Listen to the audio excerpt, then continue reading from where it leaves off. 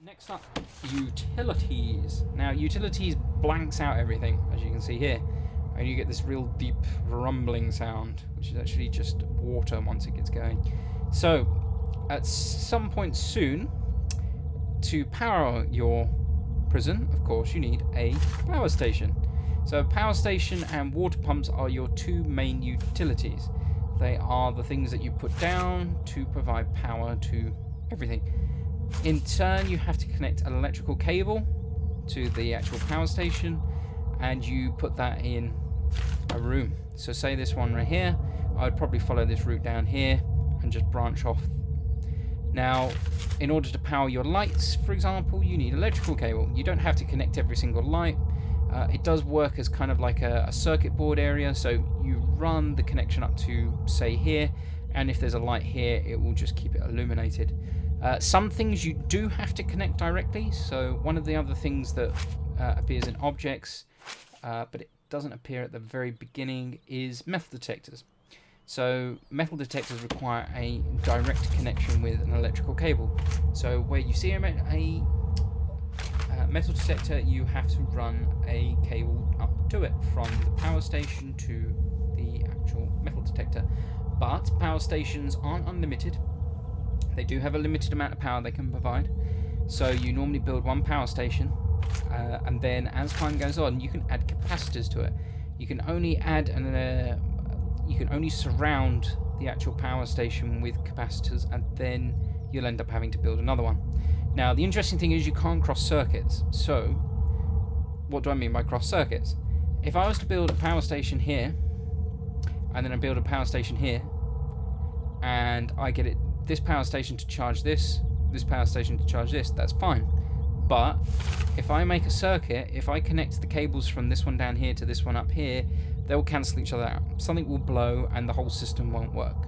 So you have to bear that in mind when you're planning, that the power station that you're going to build is going to power an area. So you can build it and then leave room to add capacitors, or you can just build the power station as a one-off.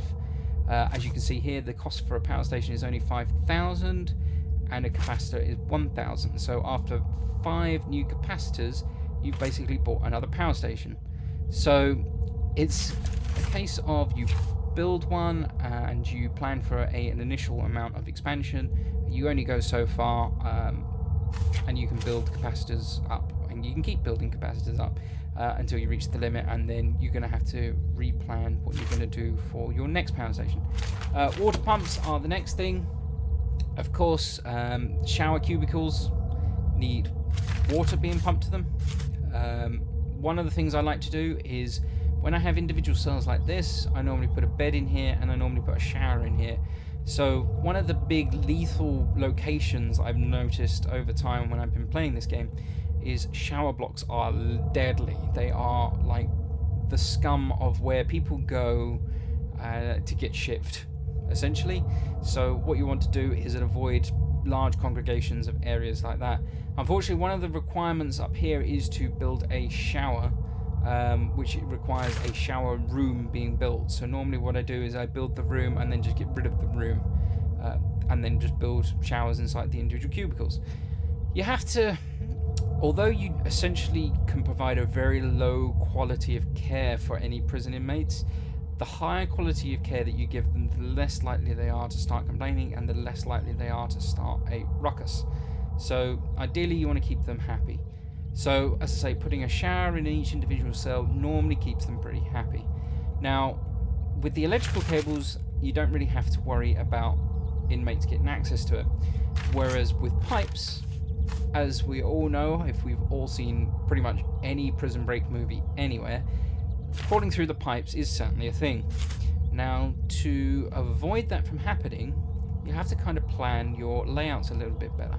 So, as we're looking at this here, if there's a large pipe being connected inside one of these cells, it gives anyone the opportunity to dig inside that pipe, follow it back to where the pump room is, and escape. So, you have to use small pipes as well. So, the best bet on for something like this is to run a large pipe on the outside of these cells, along here and along here, and then run a small pipe a couple of cells into the shower or a toilet if you've got one inside the cells. That way, if they dig up anything inside the cell where we're not going to see them, they're only going to get access to a small pipe. They have to dig out of their cell into the main corridors where we would be able to see them, and then to get into the large pipe. So they're going to get noticed. So you have to just plan it as best you can. Try to avoid large pipe going through cells. What you can do is a way that I've noticed you can get around it is if you have to go through a cell. So, you know, say this was another room, it was an actual part that was on the side of this building here. We've got cells all along both walls, but I need to get through this one to provide water into here. What I could do is run a large pipe underneath this wall and into here. They can't dig under walls, as in a starting point. They can dig under walls, so you know they can start here and dig underneath here. But I've noticed that if there's a pipe running into here, they won't dig from this cell into the pipe. They'll always dig out because they've got no choice. They've got no direct access to the pipe. There is pipe valves. Again, I haven't really used them. The same with power switches. I haven't really used them. I've never really found much of a need for them. CCTVs will come into later. Monitors, door control, phone taps, again, will come into later. Everything else that's grayed out will come into later when we actually go to deal with it. Deployment will come into later. Logistics, intelligence, again, we'll all go into that later. Now, quick building. Quick building is a nice simple way of, if you're very, very new to the game, there's some default layouts. So, for example, a utility room. I can tell the game to produce me a utility room. And in that utility room will be all the basic essentials that I'll need.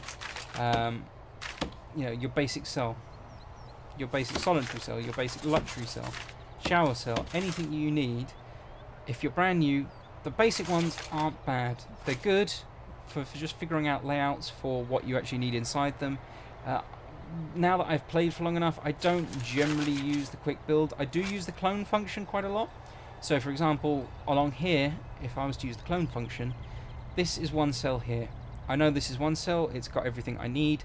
So what I do is quite simply, I just clone that area and then just duplicate it. I just essentially set to print, and then that's it. I get whatever that first cell is duplicated across into all of these. Again, I can do the same here. I just tell it to copy this cell here, print. It can cost you a lot of money. Using the service doesn't cost anything, but obviously when you build this one cell, your starting cell, you build one bed at a time, you build one shower at a time, you build whatever. Everything is one at a time, so you don't notice the money slowly trickling out your account. You do notice it the second that you start doing big clones like this. When you start duplicating more and more, you'll end up with huge chunks of money being taken out. So just bear that in mind when you go to build. Planning we looked at briefly earlier on. As I said before, it's just good for figuring out layouts for what you want. I seem to have lost the facility to actually click on anything. There we go. Problem seems to be solved again. Right, sorry, where were we? So, yes, planning. Planning we looked at briefly before. So, planning is good for just figuring out areas that you need. So, for example, if I want to build inside here, that gives me an idea for the size of the room, and then I can just figure out layouts of things inside the rooms. So, for example, I know a bed is 2 cells. So, there you go. That is just an indication of the bed. I know a shower room is 1. I know a toilet is 1. I know a desk is 2. And I know a radio is 1, and I know a chair is 1. So I know I can fill these rooms with different things. Unfortunately, that is a lot of experience from me, but as you get to play, you'll learn your sizes of your items a little bit better. But again, we'll come back to that in a minute. Pathways, I was talking about before, when you're just figuring out, you know, where you want your guys to be able to walk, they'll be walking along here. It's just another tool for being able to figure out where you want your guys to go. Emergencies, you can call out 2 fire engines, you can call out 1 lot of riot police, or 2 lots of paramedics. It's fairly cheap, as you can see. It's only $100 to call them out. As you can see, it also tells you how many are coming along. Fires I haven't really had to deal with too much in the past, because my guys have always tried to keep as happy as possible, so they never really set fires. You're given fires to deal with during the initial induction for the game. And then I've never really, as I say, come across it as an issue in the past. Riot police, 6 riot police, they come along in a riot van and they'll deal with any major riots inside the prison, kind of names on the tin. Paramedics, again, they're just emergency medical staff, so if anybody gets hurt and it looks like they're going to die, you can call in the paramedics and they'll just come and help you out. There are 3 other buttons down here. One that says Shakedown, one that says Lockdown, and one that says Bang Up. So Shakedown basically will cause every guard within your prison to search every object, every room, every person. So if you have a sudden spree of weapons or anything suspicious, you can order a shakedown, and what it will do is it will just send off all the guards to start searching everywhere for anything. It's just a great way of kind of getting rid of anything that's inside your prison. It will purge anything inside the prison, but it does have the negative effect of, if people start having their stuff searched or their individual people searched without any reason, without any rhyme or reason, they will get annoyed. And if you order a shakedown, chances are everybody is going to get annoyed, because there's going to be no foreseeable reason why they've done it, why it's happened to them. So you have to be careful that the shakedown itself doesn't cause people to riot. So you just have to keep an eye on what the overall happiness is. We'll see that later on. It's another bar that appears up here, but we will come back to that later. You have a lockdown. As you can see here, it instantly locks all the doors in your prison. So each of the security guards carries keys that gets them through security doors. Now, if an inmate has access to those security keys, then they can make their way out without any problem at all. They will approach a door, they will unlock it, they will go through. But if your inmate is trying to escape and hasn't got any keys, but there is open doors between them and their exit, you can just order a lockdown and it will just close all the doors in your prison. Nice and simple. You can shut inmates in their cells as well, which is the bang up option. What this does is just tells all the prisoners to go back to their cells, and they will then be stuck in their cells. It's basically almost like a punishment. It's a good and a bad thing. Again, if there's a riot, using bang up can just keep anyone that's inside a cell safe, and anyone that's misbehaving, it tells them to go back to the cell. If they don't, they don't, and then you can send in, for example, a riot police force, and they will just get rid of anyone that's not in a cell. It's just a simple way of dealing with that. Right, but let's come back to here. So, rooms. Simple concept. You have a series of rooms. Each room does a thing, and each room has objects within it. So, for example, as I said to you before, if that's a cell, so we say that's a cell, for example, then inside that cell, to make it a cell, you need to have at least a bed, which you put in there, and a toilet, which you can put in there. You can rotate them. Just I use my middle mouse button, but you can rotate the toilet in there, for example, so you can put it up against that wall. And that essentially constitutes what the requirement is for a cell. You can add things to it, so you can add a window, you can add seats, you can add a desk, you can add bookshelves, you can add a radio, a TV, you name it, you can put it in there if you want. But there's obviously a cost associated with it. Your most basic of rooms, your basic cells, you just have a bed, a toilet, and as I said, my personal choice is at least a shower, so they don't even have to leave their rooms to have a shower. Then, as you get a little bit more flush later on, you can then decide, well, I can afford to furnish these cells a little bit better, which keeps the inmates happy as well. Ultimately, you want to try and keep your inmates as happy as possible. If they're going to end up being unhappy, they're more likely to be causing a riot, they're more likely to be causing all sorts of trouble. So just want to keep them as happy as possible. So the rooms, you have your standard cell, which is the ones we've been talking about before. It's your basic room where your inmates end up. You have a holding cell. So what I like to do is normally I put them fairly close to the start. So when you get your batch of, at the moment, 8 inmates, when my 8 inmates arrive, they all go into a holding cell where essentially they take off all their clothes, they're given prison clothes, they're then searched to make sure they are not bringing anything into the prison, and then they're added to the prison population. But they do have a downside as well. If you have 8 inmates and all 8 inmates have arrived at the same time, they're all going to end up in a holding cell all together at the same time. So it's where scheming can happen. It's where fights can begin. I don't like hiding cells. I don't like holding cells because they encourage large groups of people to meet up. So I will put one in, but I don't like people essentially sleeping in them if I can avoid it. Money is tight at the start here, so I may end up having to do that. As we heard, the game recommends that you start off doing that, but we will see where fate takes us. Solitary, we kind of briefly spoke about it earlier. So solitary, I normally do as a tiny room. So if I was to just do planning here for a second, you know, let's imagine this is an actual cell. So this is an actual cell. Now that's a cell, our inmate is in here. If our inmate misbehaves, we can make a room here, put a door on here, and just put a toilet here. And then our misbehaving inmate will just be sent to solitary, where there is literally just a toilet. So it's a tiny little room, it's a punishment room. So if anyone does something naughty, they get sent to there. Next up is the kitchen. Now the kitchen works in tandem with the canteen, as I say, canteen and kitchen.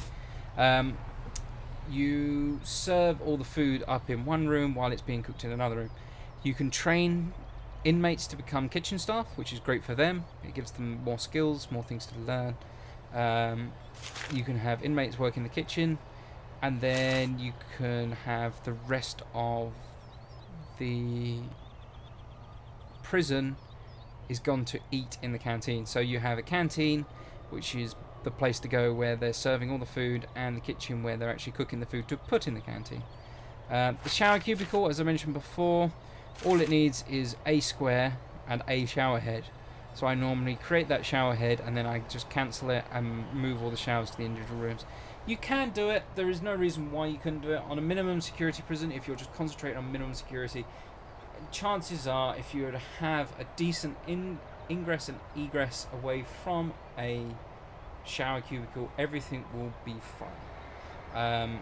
When you have a max security prison, if you have max security guys going into a shower cubicle, someone's gonna get shivved, is the simple way to explain that. So like I say, I reduce the chances as best as I can by just having showers in individual cells. Storage, as I said before, for example, if they cut down trees, they need to put the wood somewhere, so it goes into storage. Nice and simple, again, name on the tin. If you start getting deliveries of stuff from the outside, you know, you can kind of create a halfway point if you wanted to. So say, for example, that I've decided that I'm going to build here, but my deliveries are still the way over here. So what I may decide to do is just put a storage room here. So what my guys will do is they'll just ferry all the equipment from the delivery straight across and into this room here. So that just covers how deliveries work. Nice and simple. And storage works. Next one is a yard. So the yard is, again, quite literally as it says, it's an area of open space that the prisoners can go in. If they go in there, eventually you can put bench presses, weightlifting tables, and you can put phones. So when they're on their break, they go out into the yard, they can make phone calls to loved ones or friends, whatever they're choosing, and you can also work out on the weights benches. Nice and simple. You have common rooms. So common rooms, again, we're all pretty much familiar with the concept of a common room. It's just an area that your inmates can go to kind of chill out. It's just a communal area that if they don't want to go out into the yard, they'll just go to the common room and they'll all just chill out together.